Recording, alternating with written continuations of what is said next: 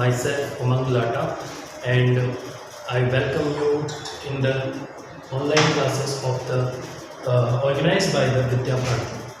So अपन ने last class में पढ़ा था सॉलिड स्टेट में ठोसों के ठोस क्या होते हैं। मैंने आपको ठोसों के ठोस, द्रव और गैस के बारे में कुछ बताया था, ठोसों के अभिलाक्षण गुणधर्म बताए थे।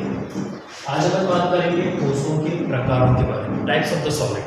ठीक है, तो बेसिकली ये टॉपिक जो है बहुत इम्पोर्टेंट है आपके बोर्ड एग्जाम के लिए भी, ऑल्सो आपका जो भी आप फाइट करेंगे आगे जाके जेईई जॉइंट एंट्रेंस एग्जाम और जो नेशनल एलिजिबिलिटी एंट्रेंस टेस्ट है नीट, जिससे मेडिकल में एडमिशन मिलता है, उसमें भी बहुत सारे क्वेश्चन आते हैं इस चैप्टर से। इस टॉपिक से हर साल एक क्वेश्चन ऑब्जेक्टिव आता है इस टॉपिक से जो मैं अब पढ़ा रहा हूँ, तो दिमाग में पिक्चर बिठा लेना। ठीक है, तो ठोसों के प्रकार बेसिकली ज्यामितीय व्यवस्था के आधार पर, ज्योमेट्रिकल जो अरेंजमेंट होता है उसके आधार पर दो प्रकार के होते हैं। पहला तो होता है क्रिस्टलीय ठोस। ठीक है, क्रिस्टलीय ठोस। दूसरा होता है अक्रिस्टलीय ठोस। अक्रिस्टलीय ठोस, ठीक है, इंग्लिश में बोलते हैं, इंग्लिश की टर्मिनोलॉजी भी आप थोड़ा सा ध्यान रख के चलिए। क्रिस्टलाइन सॉलिड एंड इसको अपन बोलेंगे अमोर्फस सॉलिड।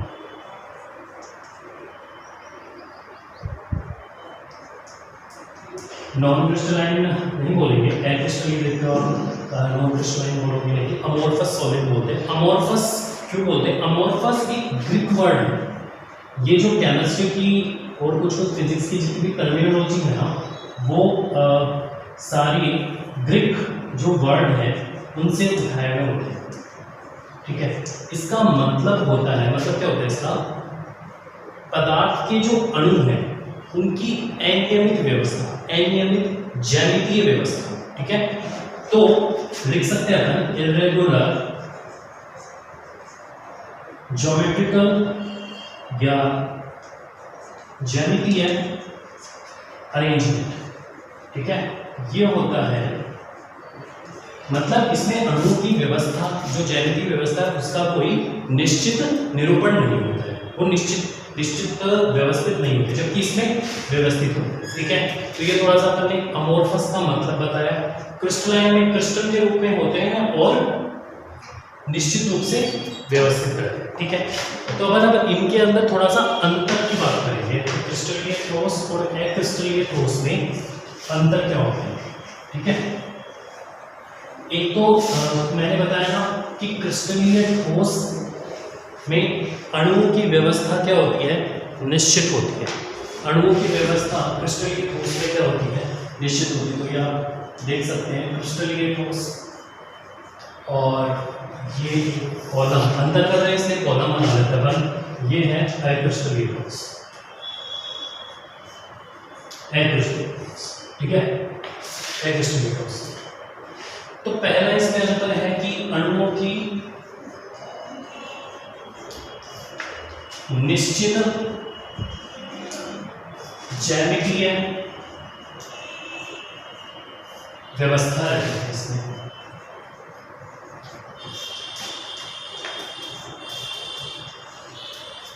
ठीक है, जबकि इसमें क्या है, अणुओं की निश्चित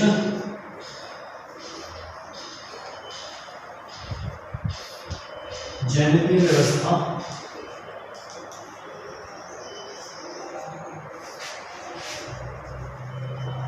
नहीं हो, अनिश्चित तौर पर अणु जो है व्यवस्थित रहते हैं। ठीक है, दूसरा अंतर क्या है, इसमें जो है अणुओं की दीर्घ परासी व्यवस्था पाई जाती है।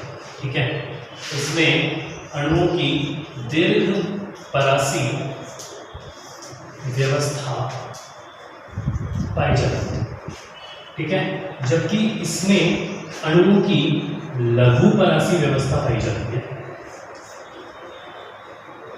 इसमें अणुओं की लघु परासी व्यवस्था पाई जाती है। दीर्घ परासी व्यवस्था क्या होती है?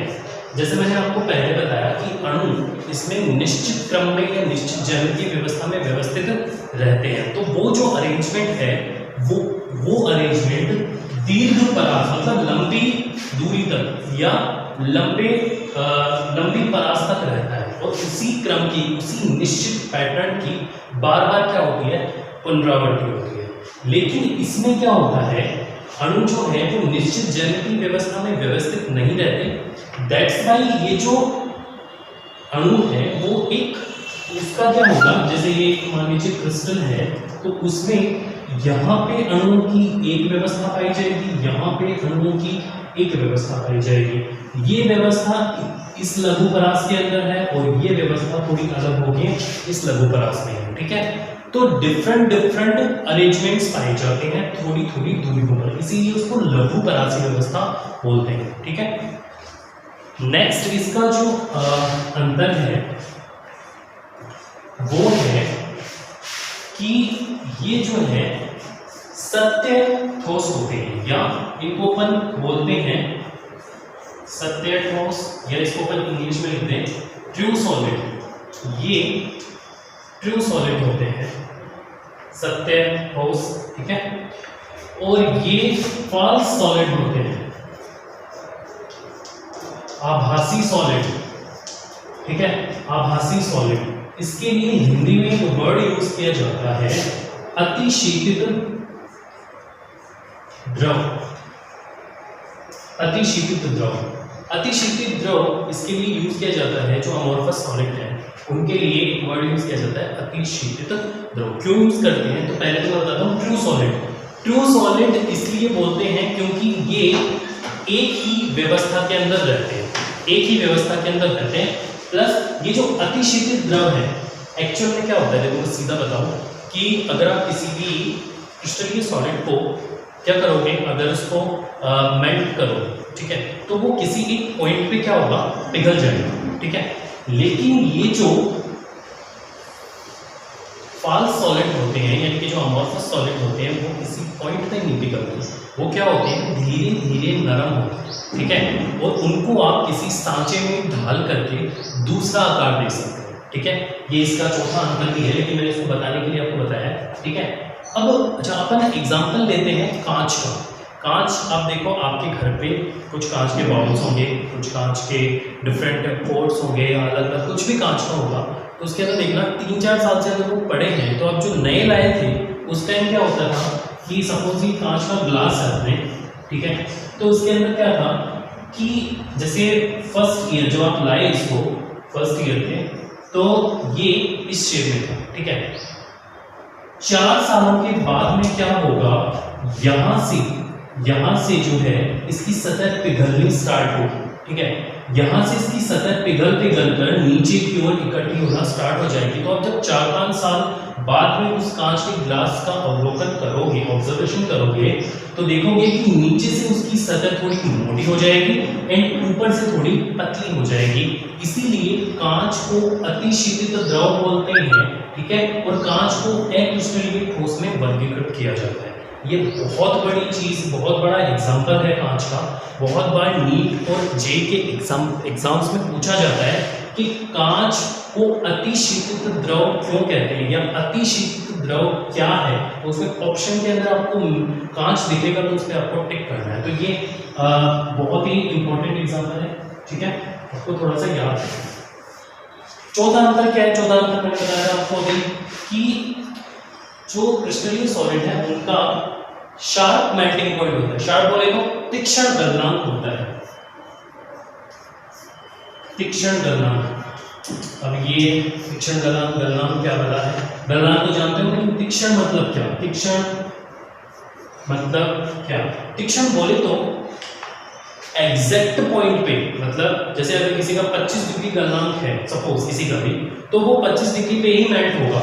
ऐसा नहीं कि 24 पे हुआ फिर 26 पे हुआ, ऐसा नहीं है। क्रिस्टलीय सॉलिड जितने भी होते हैं उनका एक फिक्स मेल्टिंग पॉइंट होता है, ये मेन है, वो वही तीक्ष्ण। तीक्ष्ण बोले तो शार्प, शार्प बोले तो एग्जैक्ट पॉइंट इस पे वो मेल्ट होगा, ठीक है। लेकिन इसमें ऐसा नहीं होता। तीक्ष्ण गलनांक नहीं होता। इस साथ में आप एक बात और ऐड कर सकते हो, फिक्शन गलनांक नहीं होता इस साथ में, कि ये जो एमोर्फस सॉलिड हैं वो क्या होते हैं, गर्म करने पर या इनको गलाने पर ये धीरे धीरे गलना स्टार्ट होते हैं। ठीक है, पहले ये क्या होंगे, सॉलिड से ये नरम होंगे, नरम होने के बाद में इनको सांचों में ढाल करके अलग शेप दी जा सकती है। ठीक है, तो ये थोड़ा सा तुमको ध्यान रखना है। नेक्स्ट जो पांचवा इसका गुण है, ये विषम देशिक होते हैं, विषम देशिक होते हैं, और ये जो है वो समदेशिक होते हैं। तुमको शायद कंफ्यूजन होगा क्रिस्टलीय सॉलिड को देखते हुए कि क्रिस्टलीय सॉलिड तो समदेशिक होते हैं, रट्टा अगर मारोगे तो समदेशिक होते हैं, क्योंकि सारी पॉजिटिव बातें यहाँ हैं, थोड़ी नेगेटिव बातें यहाँ पे हैं, तो आप लोग बोलोगे समदेशिक ये होंगे और विषम देशिक ये होंगे, लेकिन ऐसा नहीं है। वैसे विषम देशिक बोलते हैं इसको एन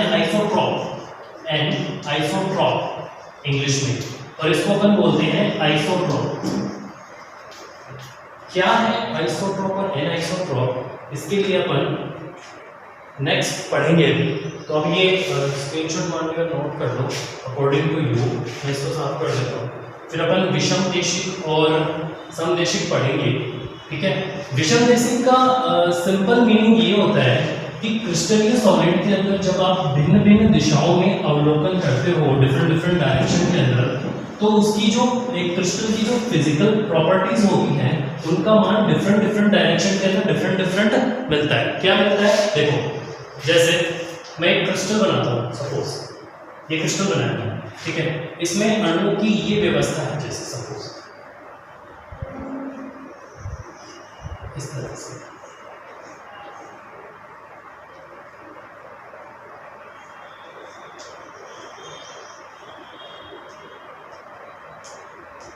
ठीक है।